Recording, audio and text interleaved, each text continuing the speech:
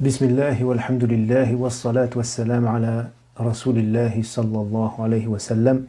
Assalamu alaikum wa rahmatullah et bonjour à toutes et à tous. Aujourd'hui, je vais m'adresser plus particulièrement aux islamophobes et autres identitaires. Il est possible que certains d'entre eux écoutent cette vidéo avec un esprit, on va dire, un minimum d'honnêteté intellectuelle. Et aussi pour mes frères et sœurs musulmans, ça peut peut-être leur donner quelques éléments d'argumentation auxquels ils n'avaient peut-être pas pensé. Alors mes chers islamophobes, je voudrais vous parler de différents points, 5 points notamment. Premièrement, la fameuse culture judéo-chrétienne de la France. Est-ce que cette culture est bien uniquement judéo-chrétienne? Ensuite, la présence musulmane en France. D'où vient-elle? Pourquoi sommes-nous là? Est-ce acceptable? N'est-ce pas acceptable? Je vais vous parler un petit peu de ça. Troisièmement, être français. Qu'est-ce que ça veut dire être français? C'est quoi avoir la nationalité française? Quatrièmement, la fameuse islamisation de la France, ou la prétendue islamisation de la France. Ensuite, je terminerai par vous poser certaines questions, ou plutôt vous appeler à vous poser certaines questions. Alors premièrement, rapidement, sur la culture judéo-chrétienne de la France et de l'Europe. En effet, la France est bien sûr de tradition chrétienne, personne ne va nier ça. Et également, les Juifs, la communauté juive a apporté sa pierre à la formation de la culture et de l'identité française et européenne. Mais est-ce que l'islam est complètement étranger à cela? Il faudrait quand même se rappeler que l'Espagne a été musulmane durant 800 ans. 800 ans durant lesquels l'Espagne était un foyer culturel et scientifique comme il y en a eu peu dans l'histoire du monde.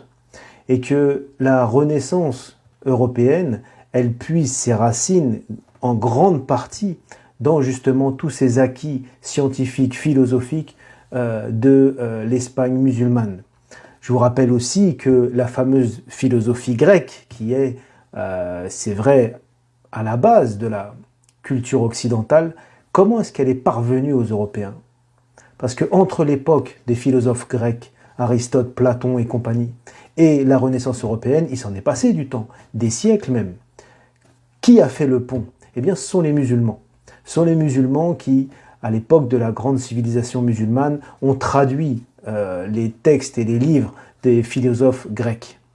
Et donc, l'Espagne musulmane a eu un rayonnement dans toute l'Europe. Il faut se rappeler que fut une époque où pour apprendre la science et toutes sortes de sciences, il fallait parler arabe, y compris en Europe. Un peu de la même façon qu'aujourd'hui, il faut savoir parler anglais pour avoir accès aux sciences. À l'époque, c'était la langue arabe. Aussi, il y a eu le sud de l'Italie, la Sicile et le sud de l'Italie, qui a été musulman pendant longtemps. Ensuite, l'Europe de l'Est. Bien sûr, avec l'Empire ottoman, nous avons jusqu'à aujourd'hui des pays qui sont au cœur de l'Europe, comme la Bosnie, comme l'Albanie, comme le Kosovo et d'autres, qui sont des pays musulmans. Alors oui, la France a une histoire et une tradition chrétienne, bien sûr. Et oui, le judaïsme a aussi apporté sa contribution, mais pas plus que l'islam et les musulmans qui ont eux aussi grandement apporté leur contribution à la formation de cette culture. Ensuite, la présence musulmane en France. Pourquoi est-ce qu'il y a des musulmans aujourd'hui en France? Est-ce que ces musulmans sont arrivés par invasion guerrière, militaire? Non. Est-ce que ces musulmans sont tombés du ciel? Non, non plus. Celui qui est un minimum honnête intellectuellement, il comprendra, il se rendra compte que la France a elle-même lié son histoire au peuple et aux pays musulmans. Tout d'abord avec la colonisation. Alors là, je sais ce qui se passe dans vos têtes, parce qu'on vous a mis des biais dans vos têtes. On parle de colonisation, ah ça y est, autoflagellation, etc. Là, il ne s'agit pas de ça. Je ne parle pas de ça. Mais il y a bien eu la colonisation. Là, pourquoi est-ce que la France a colonisé ces pays, notamment les pays musulmans? Parce qu'elle en a tiré un grand bénéfice. Ce n'était pas comme ça par plaisir qu'elle colonisait ces pays-là. Et donc, elle a tiré grand bénéfice de ces terres et de ces peuples. D'accord? Mais déjà, c'est la France qui a lié son histoire à ces pays-là. Et donc, cette colonisation a permis à la France d'être une grande puissance, la grande puissance mondiale, avec l'Angleterre qui, elle aussi, était un pays colonisateur. Ensuite, sont venues les guerres. notamment les 2 guerres mondiales. Là, encore une fois, la France ne s'est pas privée pour puiser dans les populations de ces pays et en majorité musulmans pour donc envoyer ces populations sur le champ de bataille comme chair à canon. Là, elle ne s'est pas privée et ces musulmans qui priaient, qui ne mangeaient pas de porc, etc., là, ça ne dérangeait personne. On a encore les photos des tirailleurs sénégalais, marocains et autres qui faisaient leurs prières, qui avaient leurs carrés musulmans dans les cimetières. Là, évidemment, quand il s'agit d'aller tuer, de se faire tuer pour le drapeau français, là, ça dérange pas qu'ils soient musulmans et qu'ils prient. Et ils priaient même à l'extérieur. Ensuite, après la Deuxième Guerre mondiale, évidemment, on fait court, il ne s'agit pas de faire un cours d'histoire, mais la France a eu grandement besoin de main-d'œuvre bon marché. Et on sait très bien que les grands patrons français recrutaient en masse au Maghreb, notamment, et en Afrique subsaharienne. Ces patrons qui allaient eux-mêmes dans ces pays-là pour recruter des ouvriers. Donc on voit bien que ces musulmans ont grandement contribué à l'histoire de France. Ils ont tout à fait leur place sur ce territoire. Et donc aujourd'hui se trouvent en France les enfants, les petits-enfants de ces gens qui sont morts sur le champ de bataille pour la France, de ces gens qui sont venus travailler en France et qui ont répondu à l'appel de la France pour travailler. Donc on voit que c'est tout à fait normal qu'il y ait une communauté musulmane en France. Ça n'est que les fruits de l'histoire, rien d'autre. Je répète, les musulmans ne sont pas tombés du ciel et ils ne sont pas venus envahir les armes à la main. Et avec ce qu'ont donné leurs ancêtres, ils ont tout à fait leur place en France et c'est tout à fait normal qu'il y ait une communauté musulmane. Et il est clairement injuste de leur demander de renier leur origine pour mériter d'être français quand on voit ce que leurs pères et leurs grands-pères ont donné à la France. Ensuite, être français. Qu'est-ce que ça veut dire avoir la nationalité française? Certains voudraient faire de la nationalité française une religion. Comme si pour pouvoir être français, il faudrait avoir adhéré à un dogme, il faudrait prêter allégeance, faire certains actes rituels, à défaut de quoi on mérite d'être excommunié. Mais la nationalité, ça n'est pas une religion. Et je rappelle qu'un pays où la population est obligée d'adhérer à l'idéologie de l'État, ça s'appelle comment ça? Ça s'appelle une dictature. Ça s'appelle un État totalitaire. Un peu comme en URSS, où il était interdit de ne pas être communiste. Donc il n'y avait pas plusieurs partis, il n'y avait qu'un parti, le Parti communiste, et il était interdit d'adhérer à une autre idéologie, comme chez les nazis ou autres. Ça s'appelle une dictature. De même, quand on nous dit qu'il faut être fier d'être français, moi c'est quelque chose que je n'ai jamais compris, ça. Comment est-ce que l'on pourrait être fier d'une chose pour laquelle nous n'avons aucun mérite? Moi, personnellement, je suis français. Français de souche, comme on dit. Je suis français parce que je suis né là avec mes parents et mes grands-parents, et ainsi de suite, sont installés dans ce pays. Mais je n'ai rien fait pour mériter ça. Ça n'est pas de mon mérite. Donc, ni je n'ai à être fier, ni je n'ai à en avoir honte. C'est comme ça, c'est tout. Et on peut avoir la fibre patriotique plus ou moins développée. Par contre, le minimum demandé est de vivre en paix et en bonne entente avec nos concitoyens et de respecter le cadre légal tant que ce cadre légal ne bafoue pas nos droits les plus élémentaires. Si il devient obligatoire d'adhérer à l'idéologie dominante, alors nous sommes dans une dictature et c'est tout à fait normal de résister à la dictature, n'est-ce pas? Et vivre en bonne entente et en paix avec mes concitoyens, évidemment que l'islam ne me l'empêche pas, au contraire, il m'y encourage. Et je vous rassure que je suis devenu musulman il y a 20 ans de ça.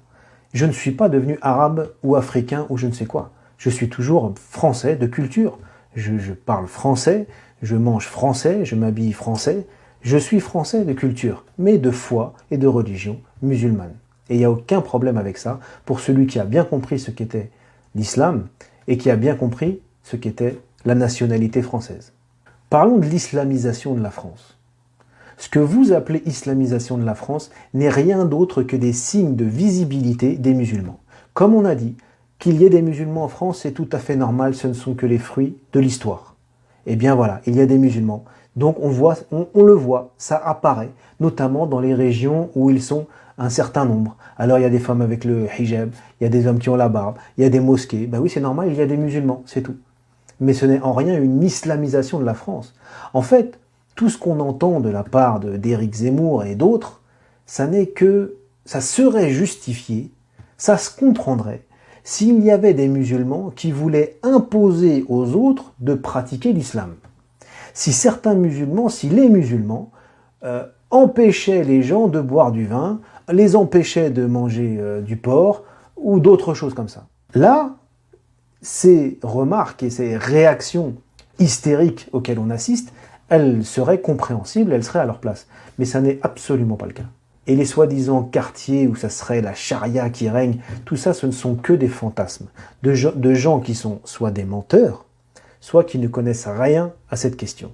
Les musulmans ne demandent qu'à avoir le droit de pratiquer leur religion comme ils l'entendent. Ils ne l'imposent à personne. Ils ne demandent à personne de pratiquer cette religion. De toute façon, ça n'existe pas en islam, ça, de forcer quelqu'un à adhérer à l'islam. Et enfin, je vais finir en vous demandant de vous-même vous poser certaines questions. Vous craignez que les musulmans prennent le pouvoir, ou vous craignez l'islam politique, ou je ne sais quoi. Il faudra encore me donner la définition de ce que c'est que l'islam politique. Mais où se trouve le pouvoir en France? Il y a le pouvoir politique, il y a le pouvoir économique, et il y a le pouvoir médiatique. Où en sont les musulmans dans ces cercles de pouvoir? Sont-ils proches de ces pouvoirs-là? Sont-ils représentés dans le paysage politique? 2 maires sont élus dans des villes où il y a beaucoup de musulmans, ça fait un scandale et la France ne s'en remet pas. Pour que quelqu'un qui a un nom à consonance maghrébine soit accepté dans le paysage politique, il faut qu'il soit clairement anti-islam et bien athée et bien laïque. C'est la condition pour y être accepté. Le pouvoir économique, est-ce que les musulmans pèsent économiquement? Ils pèsent juste par leur nombre, mais ils sont bien loin de la table des patrons du CAC 40 et des gens influents dans le monde des affaires. Et enfin, le pouvoir médiatique. Où sont les musulmans dans le pouvoir médiatique? Encore une fois, si quelqu'un avec un nom à consonance maghrébine est accepté sur les plateaux télé, ça sera pour taper sur les musulmans et taper sur l'islam. Là, on les aime bien, oui. Mais en dehors de ça, on ne donne pas la parole dans les grands médias aux gens qui sont juste authentiquement musulmans. Donc, les musulmans sont très loin des cercles de pouvoir. Et s'il y a des communautés ou des confréries qui sont surreprésentées dans ces cercles-là, c'est certainement pas les musulmans. Et enfin, posez-vous vraiment la question. Oubliez ce que vous entendez à CNews et oubliez tout ça. Est-ce que vraiment les musulmans ont une influence dans votre vie? Est-ce que vraiment les musulmans et l'islam sont la source de vos problèmes? Est-ce que c'est à cause de l'islam si vous avez du mal à finir vos fins de mois? Est-ce que c'est à cause de l'islam si ça devient de plus en plus dur dans ce pays d'avoir accès aux soins? Si on respire un air de plus en plus pollué? Prenez tous les vrais gros problèmes de ce pays, et il y en a un paquet. Ce pays qui sombre. Est-ce que l'islam et les musulmans ont quelque chose à voir là-dedans? Posez-vous vraiment la question. Est-ce que dans votre vie quotidienne, c'est les musulmans qui vous posent un problème? Ou c'est d'autres choses? Merci pour votre écoute. Au revoir et à bientôt peut-être. Wassalamu alaikum wa rahmatullahi wa barakatuh.